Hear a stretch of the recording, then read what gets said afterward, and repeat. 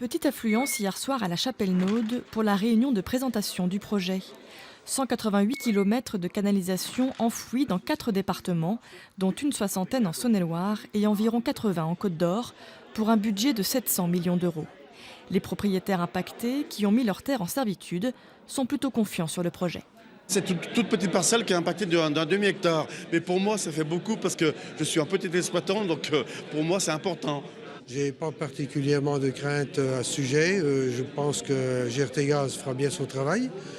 Je le suivrai de près de toute façon. Pendant la phase de travaux, près de 1000 personnes spécialisées vont être mobilisées et l'entreprise en charge du chantier promet des retombées sur l'emploi local. Parmi les profils recherchés, des postes de manœuvre et d'aide sans qualification particulière.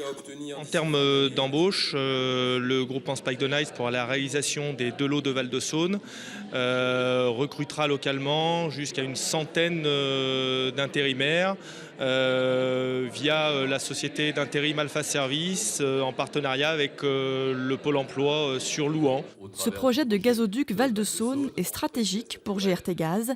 Il va permettre de créer une zone unique pour la tarification du gaz en France. Aujourd'hui, nous avons 2 zones tarifaires en France, donc une zone nord et une zone sud. Le Val-de-Saône va créer la transition entre ces 2 zones, ça sera le point d'ancrage entre les 2 zones et va créer une zone de tarification unique.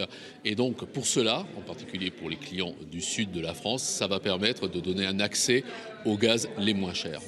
Les travaux doivent commencer en début d'année prochaine et s'achever à l'automne 2018 pour une mise en service dès 2019.